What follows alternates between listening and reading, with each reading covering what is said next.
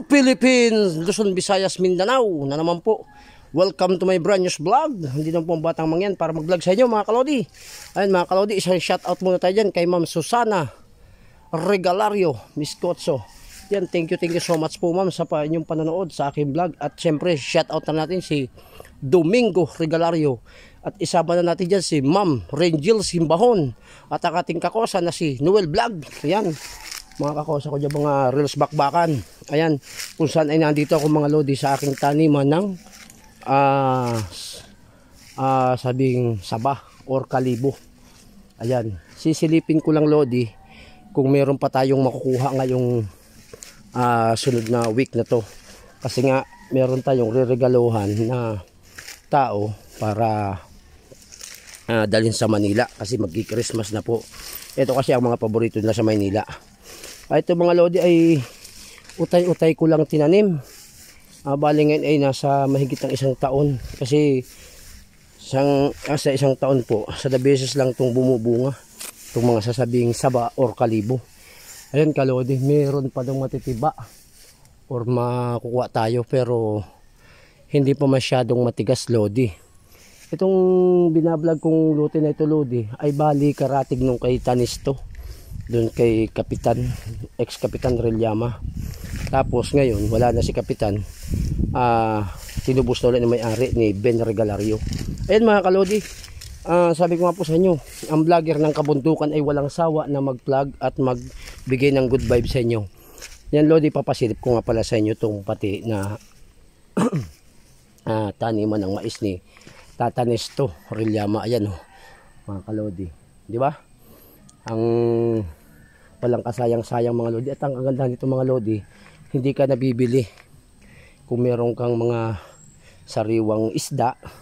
Meron dyan talbos ng kamuti mga lodi. Ayan napakalawak ng taniman ni Tata Nesto. Tapos ito, yan, may kaunti na ring mais. Ayan. Tapos meron ng sabay nung bungkukan or San Fernando na sinasabi yan mga lodi. Ayun mga lodi, sabi ko nga sa inyo, ang aking mga vlog ay mga simple lang. Hindi naman yan sa pagandahan ng may mga sound effect ang pagbablog.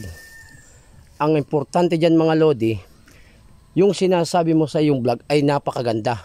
At yung iba vlog mo ay talaga namang makakakuha ka ng good vibes ang iyong mga kalodi. Ayan, sabi ko nga, ako reverse lang, pabalik-balik lang ang aking vlog. Pero kung saan mang lugar yan mga lodi.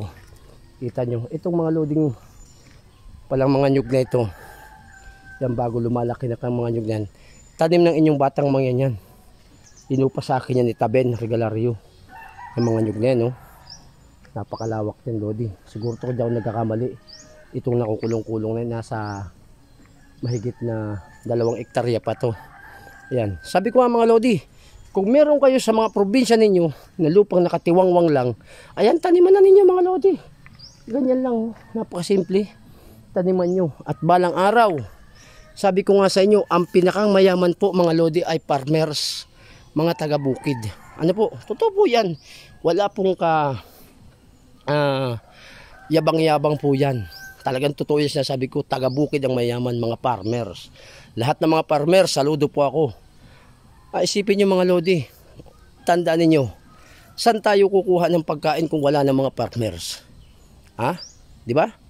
Kung puro pera lang ang ating paiiralan ng lodi, yan ang pera, araw-araw natin ginagamit yan. Araw-araw natin ibinibili. Importante pa rin ngayon mga lodi, kung meron kang lupa, hindi ka na, kumbaga, makabawas-bawas ka na sa gastusin, di ba mga kalodi ko? Ayan, thank you so much lang po sa lahat ng aking mga kalodi kung saan pong lugar po. Nga po, binisita ko yung sagingan ko. Medyo wala pala tayong makukuha ngayon pa, medyo mura pa yung iba.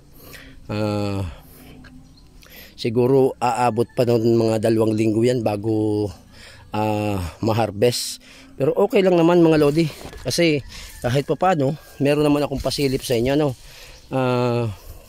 ganitong pagod vibes mga lodi.